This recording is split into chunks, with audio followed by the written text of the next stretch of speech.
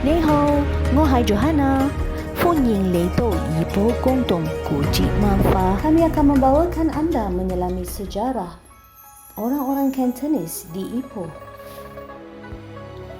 Destinasi yang pertama, Tokong Palo Kumyu. Turut dikenali sebagai kuil Cina Tai Pak Kong Ipoh, kuil ini menyambut ulang tahunnya yang ke-150 pada tahun ini.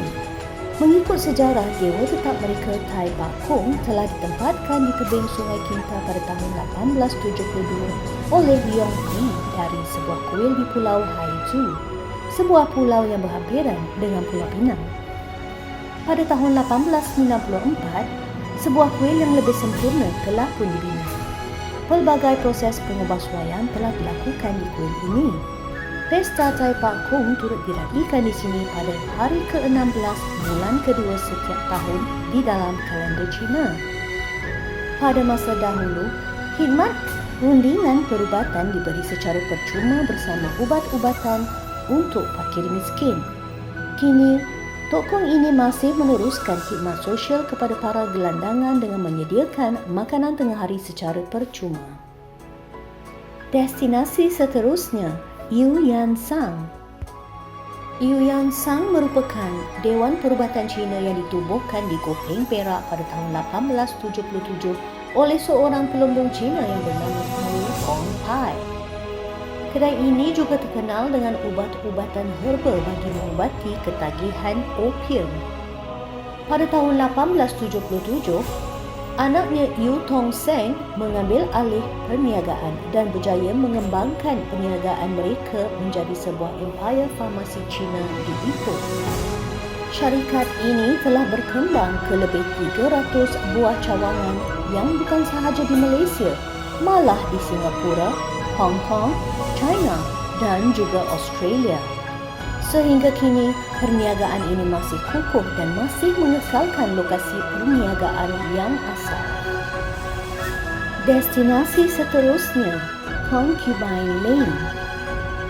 Lorong Pang 5 atau lebih dikenali sebagai Concubine Lane atau Lorong Gundik atau Yi Lai Hong dalam bahasa Cantonese merupakan sebuah lorong sempit yang wujud sejak tahun 1908. Pada masa itu, rumah-rumah kedai ini kebanyakannya berfungsi sebagai tempat simpanan wanita simpanan kepunyaan hartawan. Kini, kebanyakan rumah-rumah kedai ini telah bertukar pemilik dan telah pun dibaik pulih. Sejak di bawah proses rehabilitasi dan pemulihan oleh pemilik-pemilik generasi baru, Lorong Pang 5 lebih meriah dengan gabungan bangunan baru dan bangunan lama. Lorong Pang 5 yang terletak bertentangan dengan Kong Heng Dramatis Hostel meriah dengan kedatangan pelancong-pelancong tempatan dan luar negara. Para pengusaha kedai di sini menjual pelbagai jenis jualan seperti cendera hati, barangan kraft tangan, makanan dan minuman. Destinasi seterusnya, Museum Ho Yan Ho. Ditubuhkan bagi memperingati jasa Dr. Ho Kai Cheong, pengasas syarikat Ho Yan Ho yang merupakan antara pengusaha teh herba terkenal di Malaysia.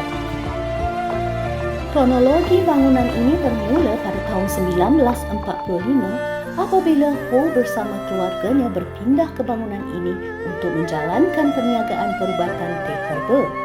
Pelbagai jenis herba dikeringkan dalam sebuah kuali yang besar, sehinggalah pada tahun 1954 keluarga Ho berpindah ke lokasi perniagaan ke kilang baru yang terletak di Jalan Kuala Kangsar. Rumah kedai yang lama ini dijadikan sebagai stor penyimpanan barang-barang perniagaan dan perdagangan sehinggalah tahun 1990. Pada tahun 2000, rumah kedai ini disewakan kepada seorang tukang kunci dan tidak lama selepas itu ia dibiarkan kosong sehingga keluarga Ho mendapat inspirasi untuk menjadikannya sebagai sebuah museum.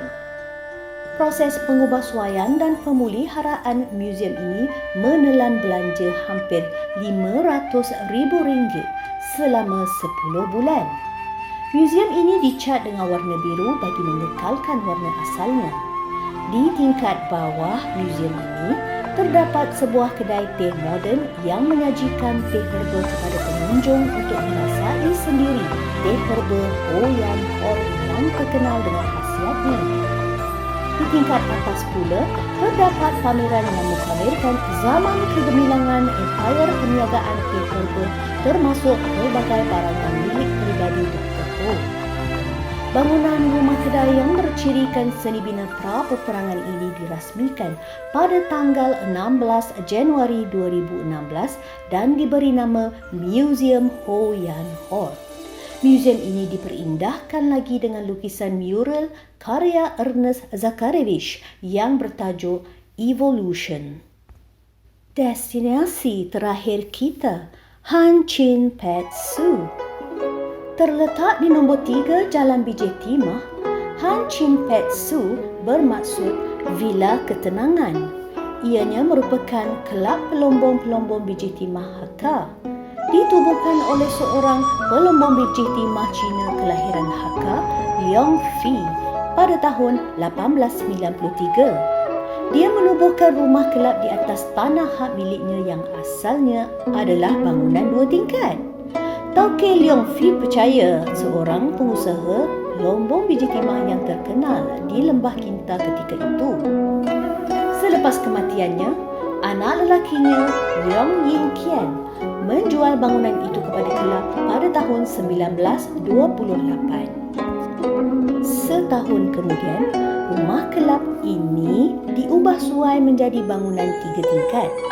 Hanchin Pet Zoo sehingga kini masih merupakan kepunyaan kelab pelombong-pelombong biji timah Hakka. Kini, Hanchin Pet Zoo terkenal sebagai pusat pameran era pelombongan biji timah di Lembah Kinta oleh pelombong-pelombong Hakka setelah pengubahsuaian dilakukan. Tamatlah sudah perjalanan Ipoh Cantonese Heritage Trail kita pada kali ini. Banyak lagi tempat yang masih belum kita terokai. Jadi tunggu apa lagi? Marilah ke Ipoh. Joy Kin.